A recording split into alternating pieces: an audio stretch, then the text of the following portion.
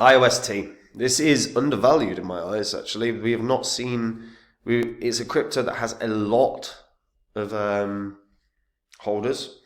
It is ultra fast. In fact, it beats almost all its competitors in terms of throughput, which is an incredibly important thing because, like, again, the success of a blockchain, part of the thing that's going to determine that is going to be how much usage can it have without people having lags and delays and problems, right?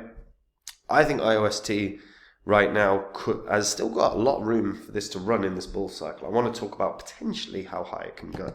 Before I get into it though, guys, if you're new here and you don't know what the spreadsheet is, it shows the first 26 coins that I did videos about on the channel. Now, in all the videos, I showed myself buying up all of these coins. They were cryptos that I expected were going to make me a lot of money. If you did on the same, say you popped $100 into them when I released the videos, obviously you'd have gotten in at these prices. You would have only had to sit on these coins for around 15, 16 months to sell at these prices, and these are what your profits would have been. So 100 into each in under a year and a half would have made you over 123 grand. Now, depending on where you are in the world, that could be a very big house or it could be not a house at all. But not bloody bad. Now, the thing is you don't have 15, 16 months to sort your portfolios out. You don't even have a couple of months.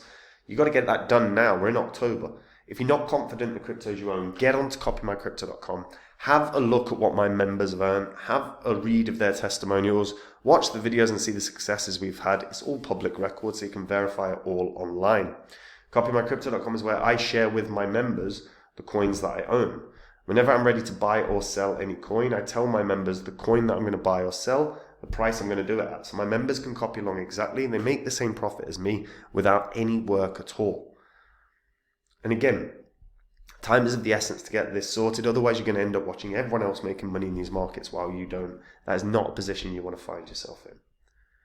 Now, Iost.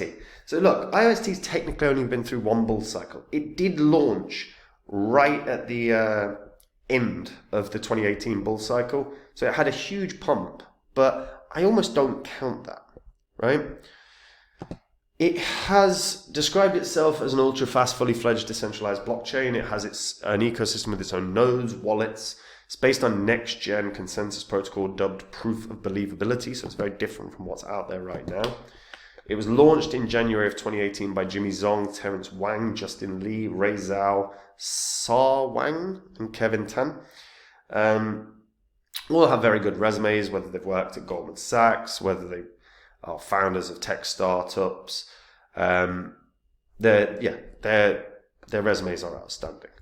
Now, what makes Iost different? It's an open source blockchain infrastructure is designed to be secure and scalable, all in the hope that it will serve as the backbone for online services in the future.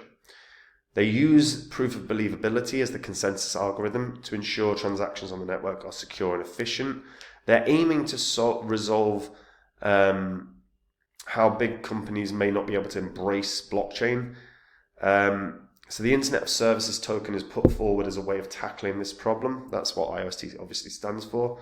Now, it's so much better than a lot of its competitors. Iost claims it can do up to 100,000 transactions per second, whereas Ethereum's got 20, Tron's got 2,000, Iost has got 4,000. If Iost can actually achieve 100,000 transactions per second, it makes it better than almost anything around. It also means it would actually be able to run things like CBDCs. It means it would be able to, with that level of scalability, it would be like competition for Visa and MasterCard. Now, obviously, what we often see is theoretical throughput. So we need to see proof and evidence, and we need to see the usage to the point that it is actually doing that on a regular basis. Because I can see evidence that it's doing it on a one-off occasion. I would want to see consistent evidence. And right now, they've obviously not got the usage that's going to test that 100,000 transactions per second. But with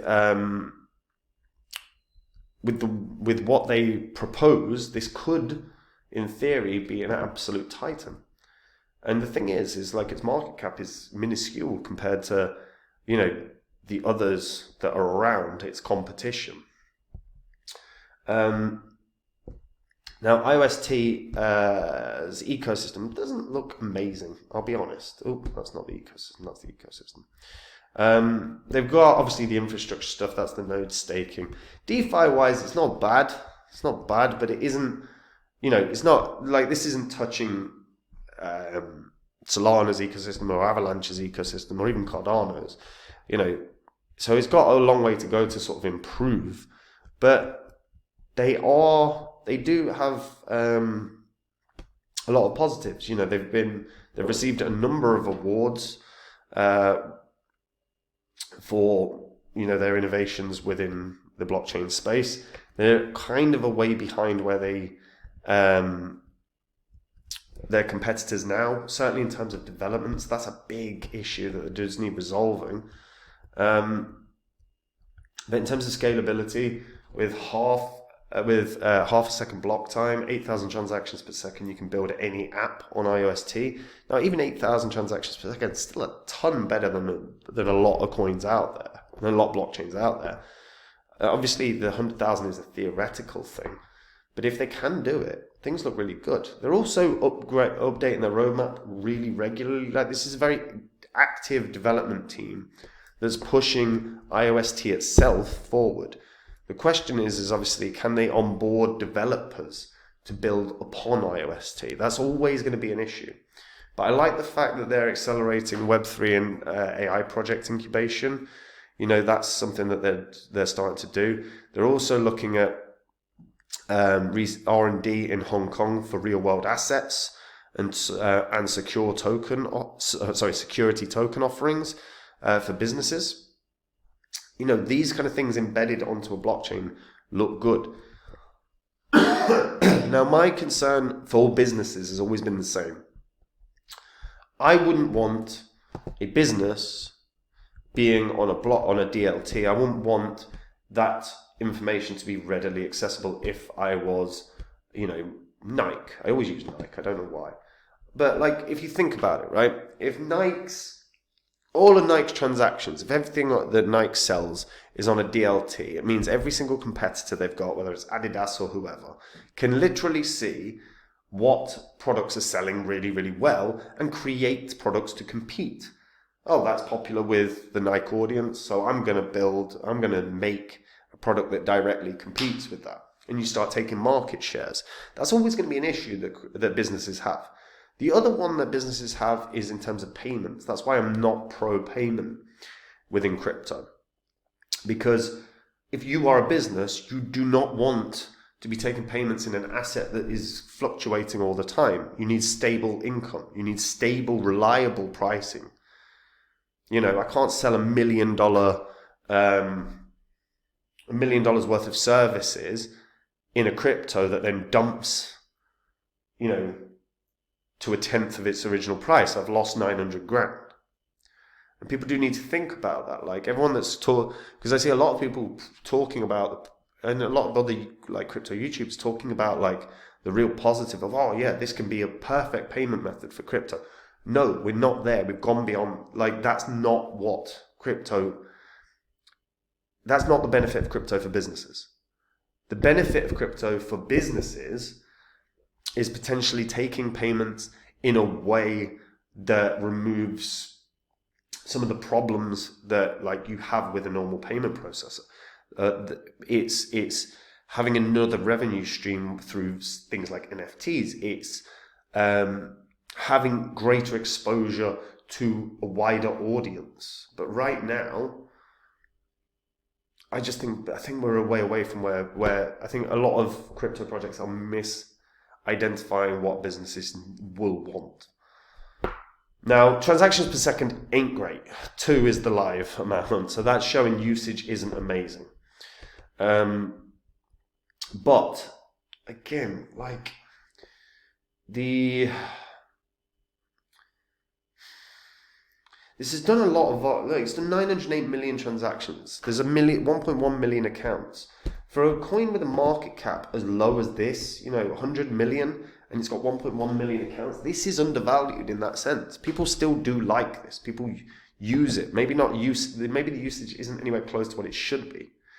But people do like this. Now, Again, with regards to the markets that it's on all the big ones except Coinbase. So if it did get a Coinbase listing, it can have a pump.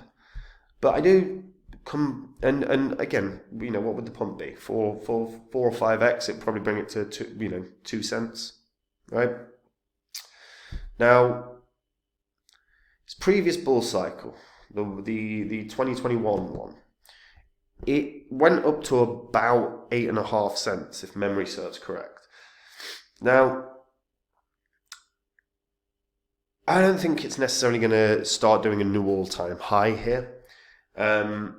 Anything is possible, but I think we're probably looking at a little less than that. Like, realistically, Iost hitting 7 cents wouldn't be unreasonable. That put it a market cap of approximately $1.5 billion.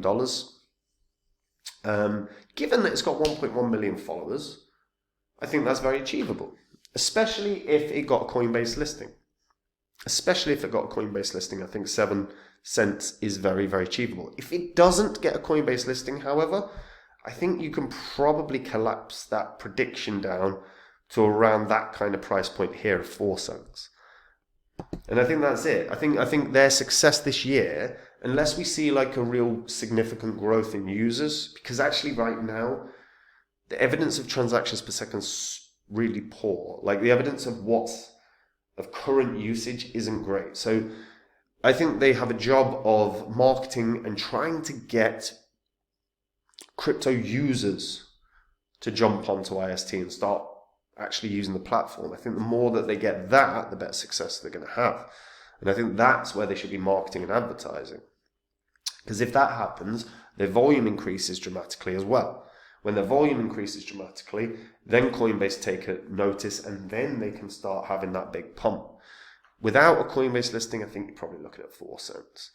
But I think they can do something here because I remember in 2021, I saw a lot of big crypto YouTubers, like big, talking really positively about Iost and promoting it. I don't know if it was paid promotions or not, but I do remember that a lot. And I think there is a world where they can get back to that level once again. And yeah, if they can onboard, a ton more users, they might even go to a new, beat their high of 2021. But big job ahead now. Marketing team have got to step up. Let me know what you guys think about this. Do you use any of their DeFi solutions? Because they've got a few different DeFi projects that I actually think are decent, man. I actually quite like them. So let me know in the comments. Look, we're in a bull cycle right now, guys. If you are not happy or confident in the cryptos you own, do something about it today. Get on to copymycrypto.com. That's the site I run where I share with my members the coins that I own. Whenever I'm ready to buy or sell any coin, I tell my members the coin that I'm going to buy or sell, the price I'm going to do it at. It means my members can copy along exactly. It means they make the exact same profit as me, except they don't have any work. On the site, you can see what my members have earned. You can read their testimonials. You can watch the videos and see the successes we've had. Every single thing on the site is public record. You can verify it all online. Time is of the essence to sort your portfolios out, guys. We are in a bull cycle. If you're not confident in the cryptos you own, you've got to get something done about it today because, again, if you don't, you're going to watch everyone else making money while you don't. That's a rubbish position to be in. So read through the site. If you like what you see, guys, try it out and I'll see you there. Otherwise, I'll see you in the next vid. Bye-bye.